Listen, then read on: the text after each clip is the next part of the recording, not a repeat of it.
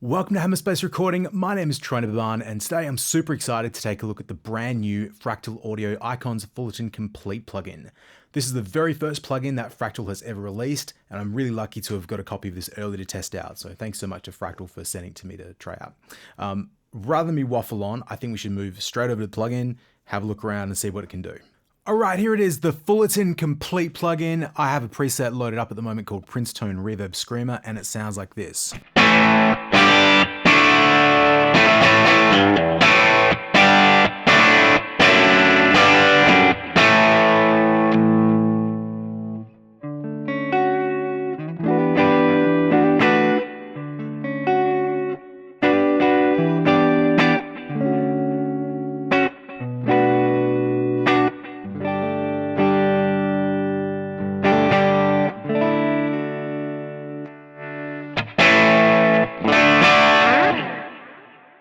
So it sounds pretty cool. It's pretty dynamic and pretty responsive to the volume control on the guitar, which is something I always appreciate when it comes to any sort of amp sim or obviously real amp and pedals and guitar combination. Okay, let's have a talk about what this thing is. The Fullerton Complete plugin is all of the Fender amps that you would find in something like an XFX3 or an FM9 or one of the other Fractal audio products in plugin form. So if you're not able to purchase one of those bigger brothers, then this is a pretty great alternative to that if you want the Fractal sound. There are a lot of different Fender style amps in this. I believe there's 36, which we'll have a look at in a second. So pretty much if you're a Fender player, a Fender amp player, this is gonna cover you for 99% of the things you could ever need. It is more limited than the bigger Fractal products in that you can't run lots of weird parallel chains and multiple amps at the same time. But I think for those people that are used to playing Fender amps, it's maybe not super necessary to have that amount of flexibility. This to me represents a very standard guitar chain that I might take to a gig or use in a studio session. So let's have a look at the blocks that are available. We've got a wah, compressor, drive, amp, cabinet, modulation, delay, reverb, and graphic EQ. All of these blocks you can move around by just clicking and dragging them. So if I wanted to put the delay between the drive and the amp, all I got to do is click and drag it around, and it's very responsive in swapping the order. To bypass any of these, you just have to click it and it will turn on and off. I've loaded up the Prince Tone Reverb Screamer because it sounds pretty cool, and this is just a drive, which is looks like a tube screamer, into a Prince Tone amp, into a cabinet, which is the 2x12 65 bass guy, a little bit of delay and reverb, and once again, it sounds like this.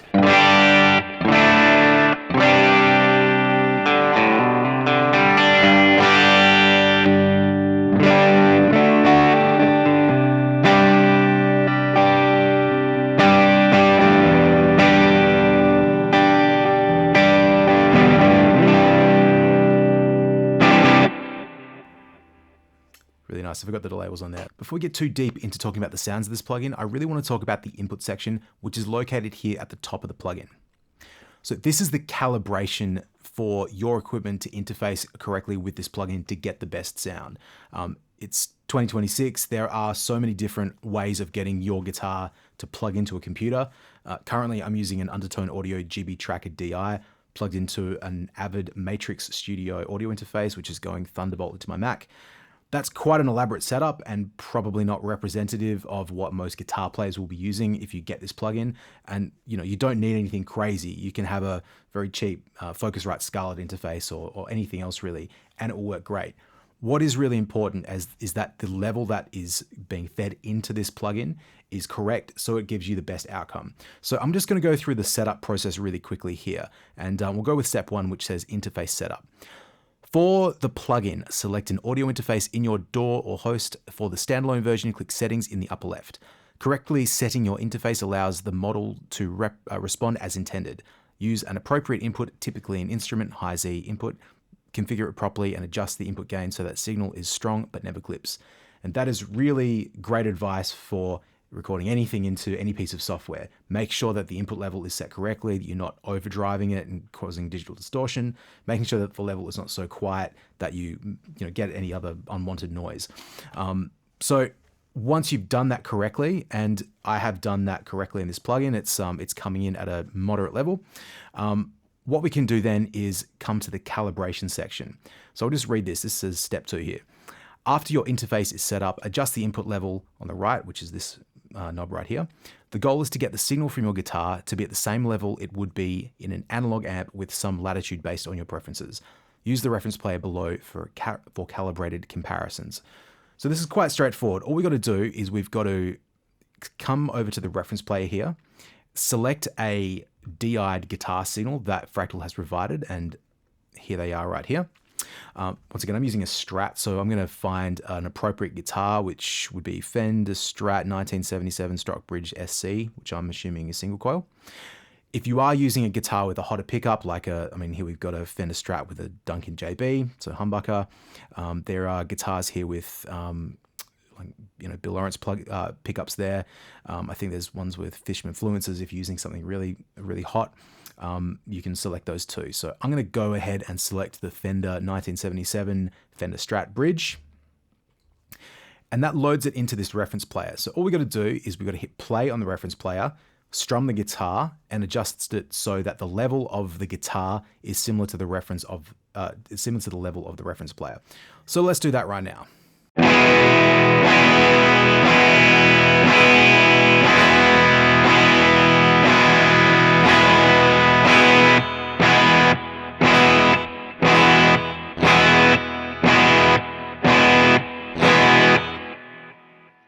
So you can see I've adjusted the input level so it's down by about 7.5 dB. That's completely fine. I did make sure that the input level coming into Pro Tools wasn't clipping, but the plugin wants to see something slightly lower than that, so it's easy enough to adjust it down. So once that's set up, I can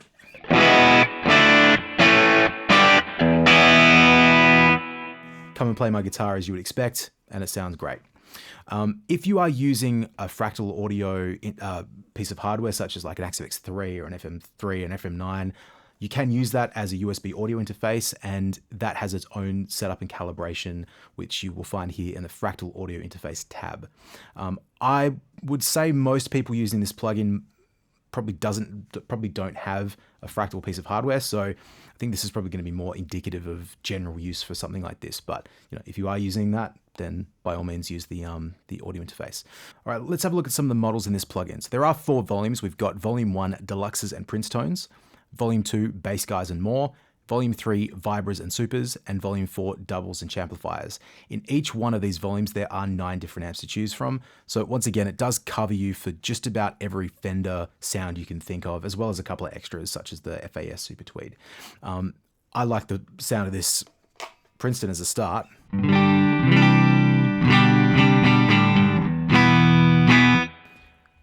Let's just hear what a deluxe sounds like.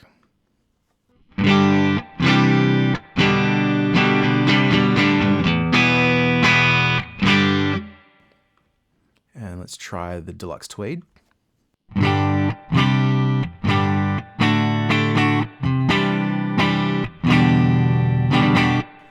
You'll notice the knob layout does change depending on what model is selected to better replicate what was on the actual amp, which is kind of a cool touch. They're not all clean amps in this. The FAS Super Tweed is kind of dirty sounding.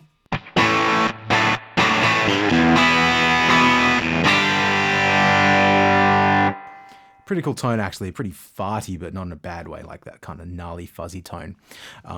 Let's have a look at what's available here in the bassman section. So we might try Bass Guy Bright for something different.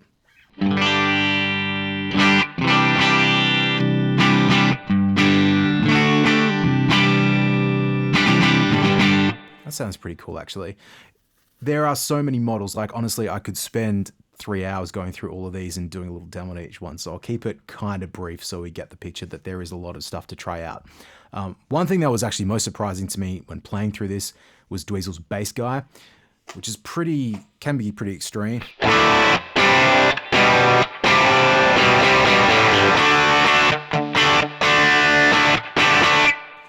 Doesn't really feel like a traditional Fender to me. It's quite gainy, almost yeah, I won't say it, but certainly a lot more broken up. If you are so inclined, there are more ways to tweak these amps than just the simple gain and whatever might have been on the actual amp. There is the expert mode here as well.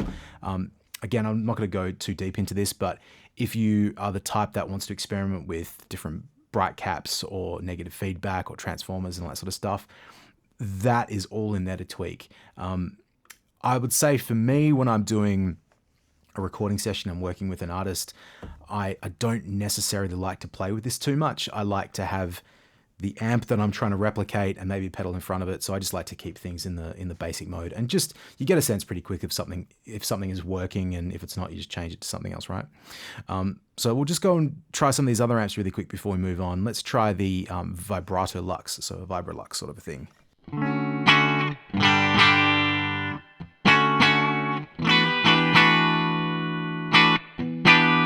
Pretty cool. Let's crank the gain up a bit.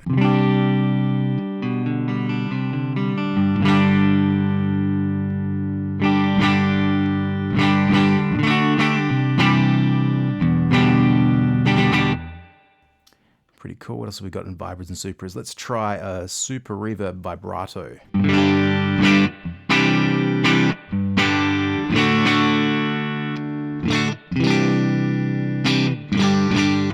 Finally, let's go to the doubles and amplifiers. These are obviously smaller amps in the Fender lineup, so more like 8-inch speaker, 10-inch speaker sort of amps. We haven't really played with the cab section too much in this, but we'll just hear what it sounds like to play one of these. We'll try the Tweed amplifier to start.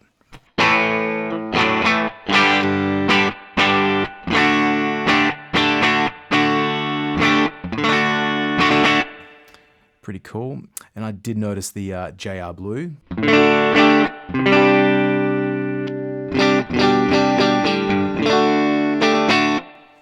Yeah, that reminds me of the Blues Juniors that I played. I do like the white knobs on there too. So let's have a quick look at the cab section of this plugin. I might actually go back to the Princeton because I did like the way that sounded. We might just knock the volume down a little bit as well.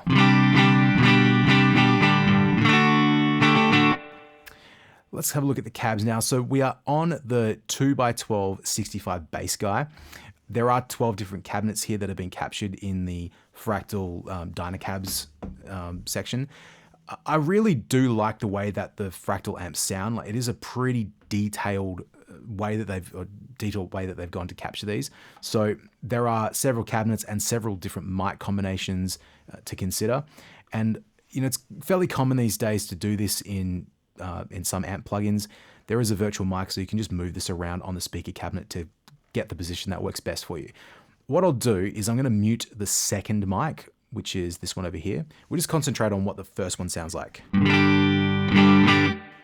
So it's a dynamic 421, so a Sennheiser MD421 on this 2x12. Let's just try a different cabinet to start with. We'll try the corresponding BF Princeton 1x10. A little bit quiet now that we've turned the other mic off. I'll just compensate by turning the output down. And what does it sound like to move that around?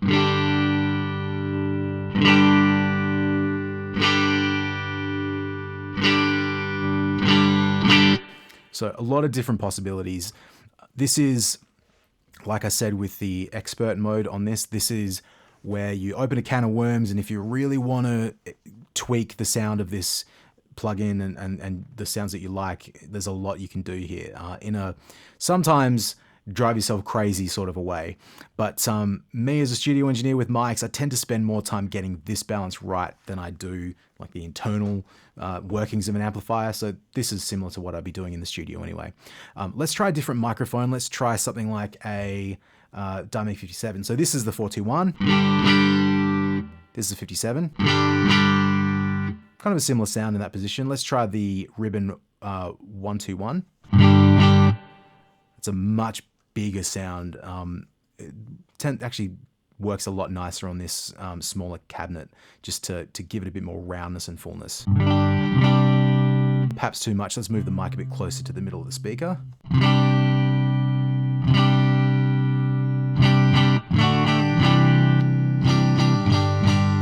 Yeah, certainly not lacking in depth and bottom end in that position.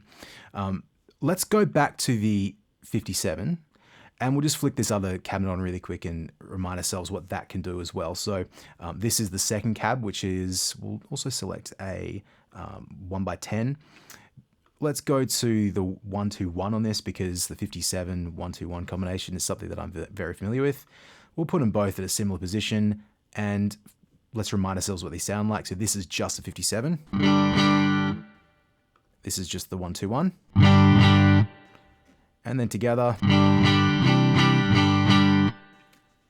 kind of a balanced sound, and we can blend the two of those to get the sound that we desire. Once again, something I'm very used to doing in the studio. You can obviously also tweak the high and low cut on that if it's getting a bit too boomy or a bit too bright and fizzy sounding, or just piercing sounding in the high end. But yeah, lots to tweak there. The room and pre-section of this too, you've got a little bit more control over just adding like a little bit of preamp drive or a little bit of extra room that's independent of the room reverb on this. So once again, more things to tweak and more fun to be had if you're that way inclined. I don't mind this.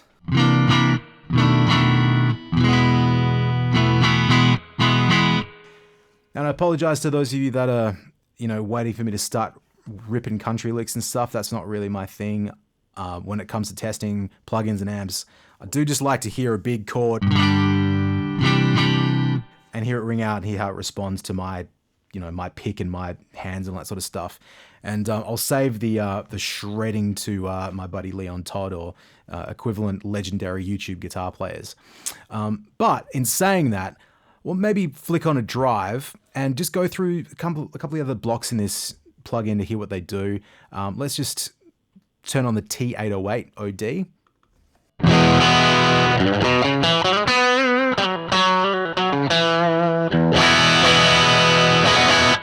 There you go, a little bit of slightly more lead guitar.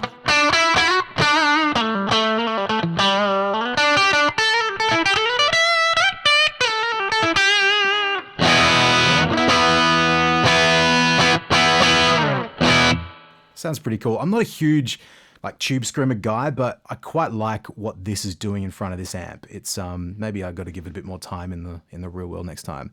There's lots of different overdrive and distortion blocks within this plugin. Another one I'm not a huge fan of in the real world or had mixed experiences with is the BB Pre, but in this it's kind of cool. So this is the tube screamer. This is the BB Pre. It's got that kind of interesting top end on it, which I quite like playing in this.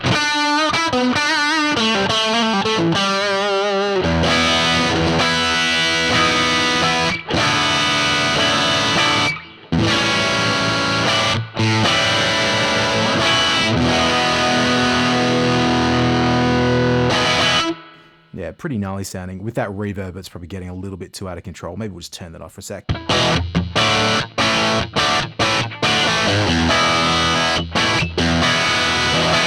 That's pretty cool.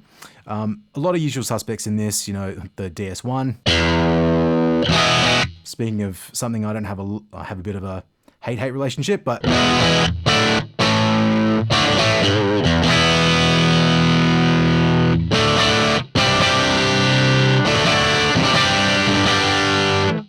I mean, it definitely does its thing, doesn't it? We'll try one more and we might move on. So what about we try something like a clon? All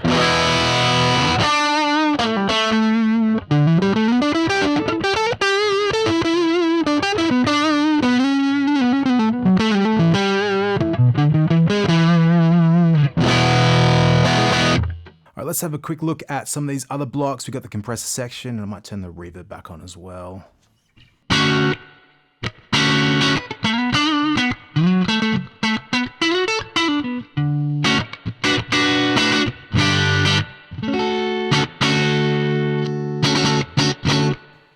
Sounds like a compressor.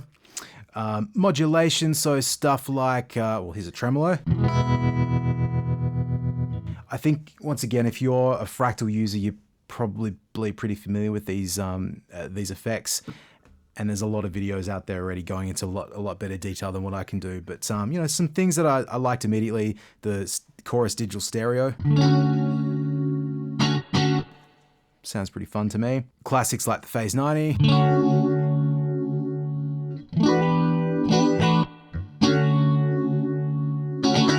Sounds like a Phase 90 to me as well. Let's have a look at the delay. There are 4 different delays, some 2 different monos and 2 different stereos. The digital and analog sound exactly like what the words are. The analog is a little warmer sounding. Digital is a little bit more hi-fi. You could hit the top end changes. We'll crank the mix up a bit more.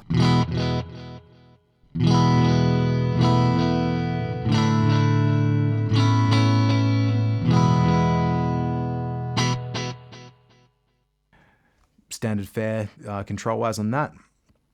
And we'll turn that off and let's look at the reverb. So that's just a small spring at the moment. Let's crank the mix up a bit.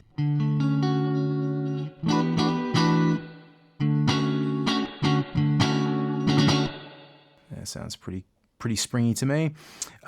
You can get bigger reverbs with something like the concert hall if you want something a bit more exciting and ambient.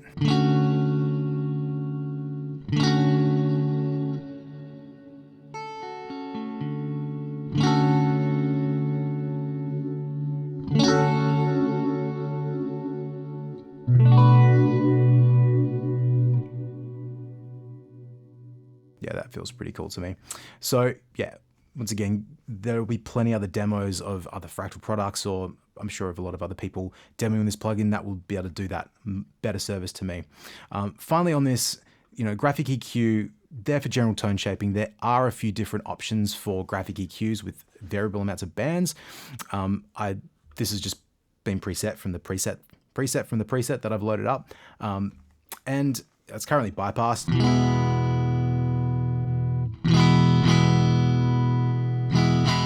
So just doing a bit of subtle tone shaping in this context, which, yeah, it's up to you if you want to use it or not. Obviously, there is also a wah block. I don't have an expression pedal connected to the computer at the moment, so I can't really demo that, but it is in there if you want to check it out. So that's the Fractal Audio Icons Fullerton Complete plugin, brand new from Fractal Audio. It sounds really great. It is quite the beast of a plugin, and there are a lot of different ways you can use it and tweak the sounds to your heart's content. For me, when I'm using a plugin like this in the studio, I love that you can make it as basic as you want. Pick the amp, twist a couple of knobs, and have a fat time. But if you are a real tweaker and a real nerd, you can get in there and really dial something in very specific for what you like. So I'm going to stop talking about this thing. Thank you again to Fractal for sending it to me to try out. It has been a lot of fun to do so. Shout out to you guys. I'm going to leave it there. If you like what I'm doing on the channel, please like the video, subscribe to the channel, and I'll see you on the next one. Thank you very much. Peace.